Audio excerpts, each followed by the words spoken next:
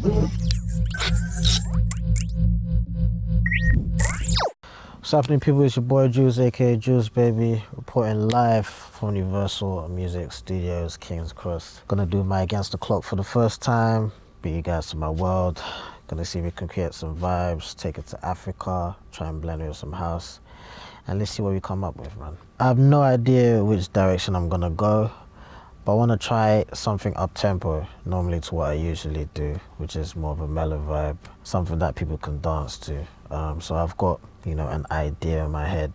It's just literally putting it to the computer and see what it works out, really. It normally takes me about 2 hours to 4 years to literally make, a good song. I think a lot of the songs that I put out are very strategic, so I don't really put a lot of music out, coherently, but sometimes the beats can be done in like 5-10 minutes, and then if it's crap we just delete it and move on to the next one. So it'll be interesting to see how this goes. Again, just gonna try and see what comes to mind, really. What's happening, people? It's your boy Juls, aka Juls Baby. I'm about to do my Against the Clock for fact. Check it out. 10 minutes.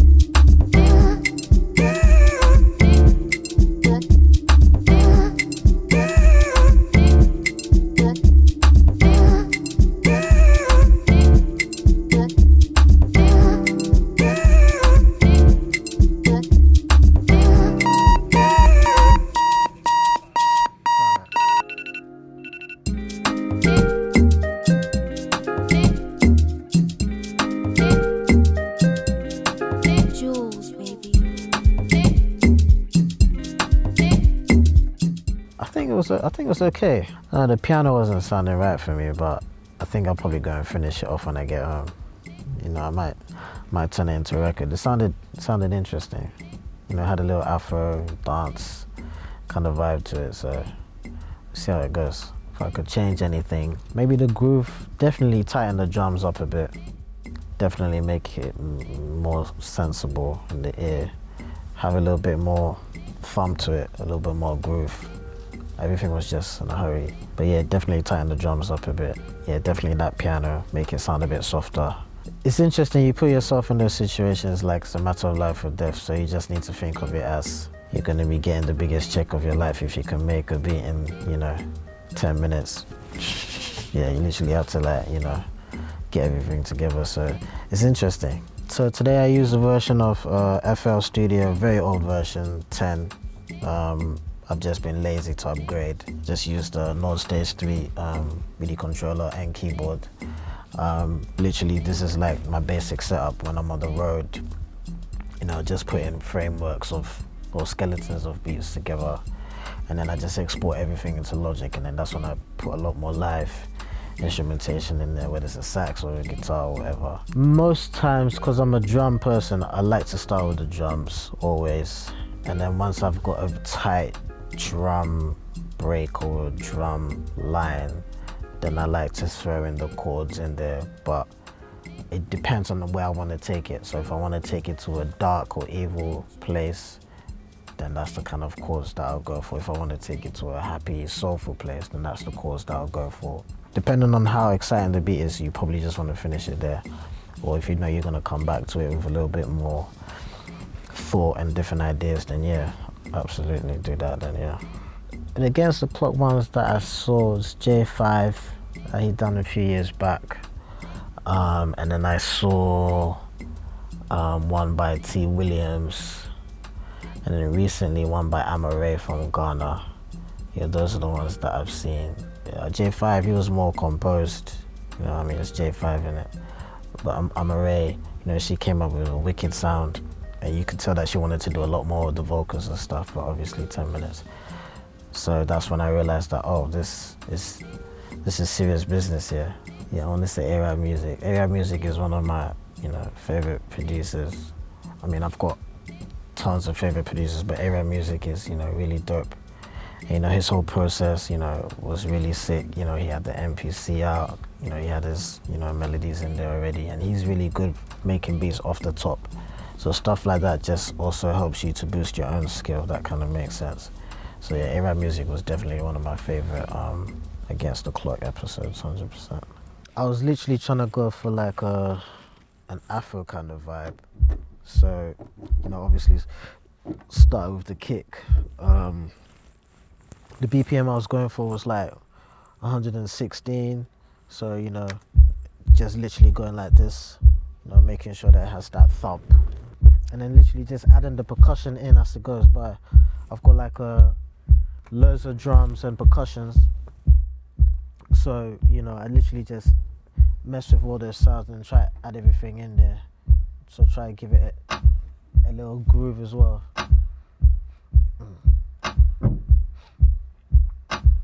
So it's kind of like, you know, just getting it to get into the groove. This kind of music is kind of like, you know, what brings a lot of Africans to the dance floor in terms of like how heavy the drums, you know, sort of sound. Then I added an atar to it. So basically atar is like an instrument, you know, from Africa, which also starts to sort of build the beat up with this. Got the shakers in there as well.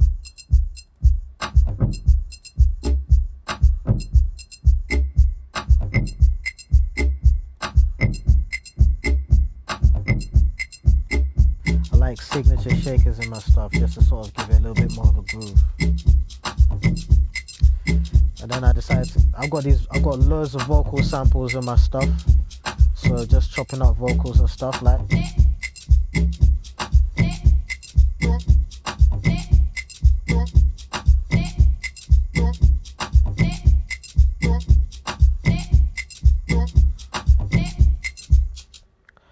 Now the piano, this is something that I'm gonna work on a lot more. But the piano, I was literally just trying to give it like a very housey sort of feel. So maybe when I'm working on it more, I'll just probably change them to some Rhodes, and then literally layered it with, you know, some vocals. So this is a vocal sample in Omnisphere, quite a full whistling. Then in Keyscape, it's just literally a regular keyboard that I'm using, like custom piano. And then just get the sub bass in there as well.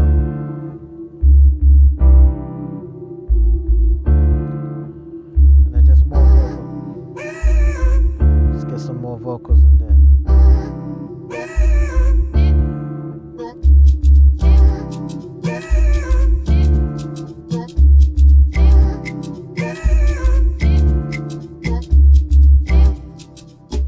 My advice for producers starting out is just to practice a lot more. And once you tend to practice a lot more, you begin to sort of, you know, create your own sound. It's always good to go off by the influences that you have. Like for me, for example, my influences, strangely enough, are Kanye West, J Dilla, but that has nothing to do with, or the sounds are not the same. I think it's just more of the process and how I started. As you grow up and you begin to identify yourself with your culture and where you're from, then you start to identify different sounds, and you can sort of merge that with the kind of beats that you go for. And it just really depends on what kind of music you're into. So if you're into hip hop, you know, you can make hip hop beats, but always make sure there's some sort of identity so that people recognize, oh, that beat was made by, you know, Piaf, or that beat was made by Pedro, that kind of thing, so that, you know, people, you know, can sort of identify or be like, oh, I like that kind of music, I want to go to that guy for that kind of sound, you know, simple as that. So yeah.